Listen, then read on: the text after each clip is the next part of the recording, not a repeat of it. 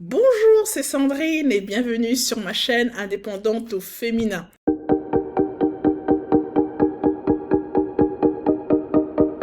Alors pour ceux qui ne le savent pas, moi j'ai une société de conciergerie et dans cette vidéo je vais vous montrer en fait au niveau des boîtes à clés, le type de boîte à clés que je conseille à mes clients. Alors c'est parti, let's go.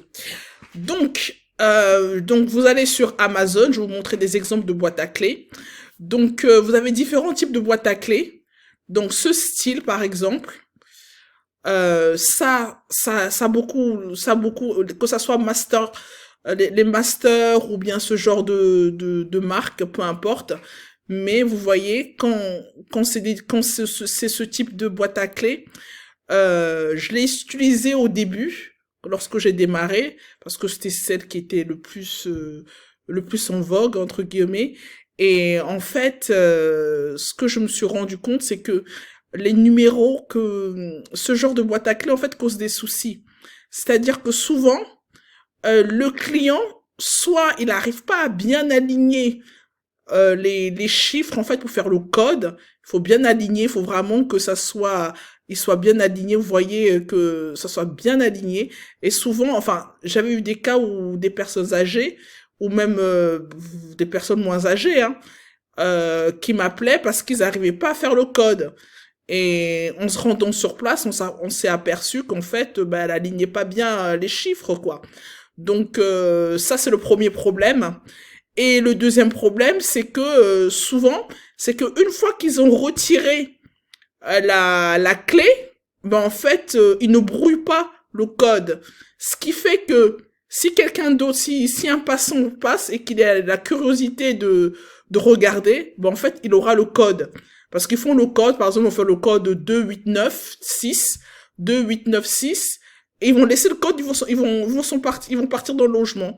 Et donc ça peut vraiment créer des problèmes parce que quelqu'un de mal intentionné attend juste, il regarde et puis il sait que il pourra revenir un autre jour pour faire le code et entrer dans le logement. Donc celui-là je déconseille, je ne le fais plus ça. Donc par contre, celui que je vais vous conseiller et que pour l'instant je trouve vraiment pratique, c'est plutôt ce genre de modèle. Vous voyez, ce genre de modèle, ce que je vous ai, c'est, vous faites le code, ça laisse pas de trace, il n'y a pas de, voilà, une fois que vous avez retiré la clé, vous refermez et vous n'avez pas de souci que quelqu'un vienne voir si vous avez laissé le code ou pas, parce que de toute façon, il y a pas à brouiller le code, vous voyez. Donc c'est celui-ci que je conseille vraiment. Voilà. Donc ça, ce que j'allais aussi dire, c'est que euh, moi, pour les logements pour lesquels j'accepte de faire de la conciergerie, alors je demande systématiquement à ce que il y ait un système d'entrée autonome, d'arrivée autonome, parce que au tout début, quand je prenais les appartements dans les immeubles, ben souvent ben il n'y avait pas possibilité de faire comment dire une arrivée autonome, donc vous étiez obligé d'attendre le client. Et le gros problème, c'est que lorsque le client est en retard, hein, ben en fait c'est trop galère quoi. Ce qui devait vous prendre 20 minutes peut vous mettre 1 heure voire 2 heures. Alors et le pire, c'est les clients étrangers parce qu'ils vont galérer, surtout avec des forts accents comme des Chinois ou des Indiens, ben vous comprenez, leur anglais est assez spécial et pour leur indiquer le chemin pour arriver, ils n'arrivent pas à comprendre. Donc vous mettez 2 heures dans le logement à attendre. Et clairement c'est pas rentable parce que vous allez facturer la remise des clés à par exemple 20 euros et au final vous allez passer 2 heures de temps à attendre quoi. Donc les entrées qui ne sont pas autonomes, je refuse catégoriquement, catégoriquement, catégoriquement. Donc toujours boîte à clés.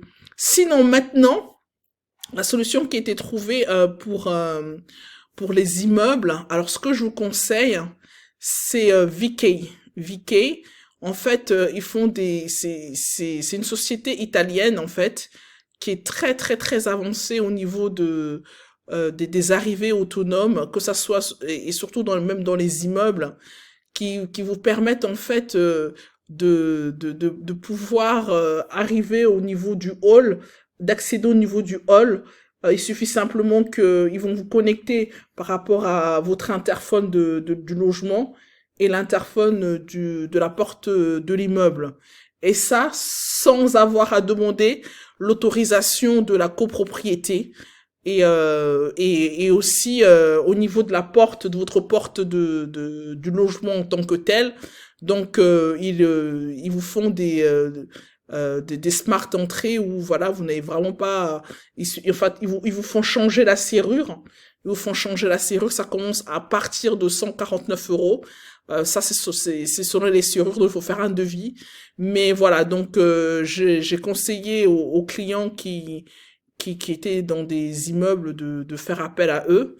Donc là, j'en ai un qui en a installé et ma foi, ça s'est très bien passé.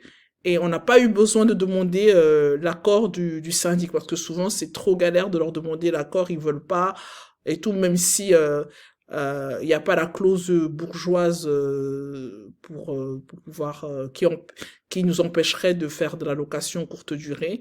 Mais voilà, ils aiment pas parce que voilà, ils se disent qu'il y aura beaucoup trop d'entrées, d'allées et venues, de trollers dans les couloirs, de nuisances par rapport aux locataires permanents. Donc du coup, voilà, c'est assez galère. Donc voilà, donc moi en tant que si vous avez un logement où vous êtes seul propriétaire, une maison par exemple, où on a possibilité de mettre une boîte à clés, je préconise celle-ci. En plus, elle est pas très chère, on est autour d'une 30aine d'euros. Et donc après, pour tout ce qui est des immeubles avec hall d'entrée, je conseille VK. VK qui est très efficace. Voilà les amis, j'espère que cette vidéo vous aura plu. N'hésitez pas à vous abonner s'il vous plaît, à la partager et à liker. Je vous dis à très bientôt pour une nouvelle vidéo. Salut, ciao!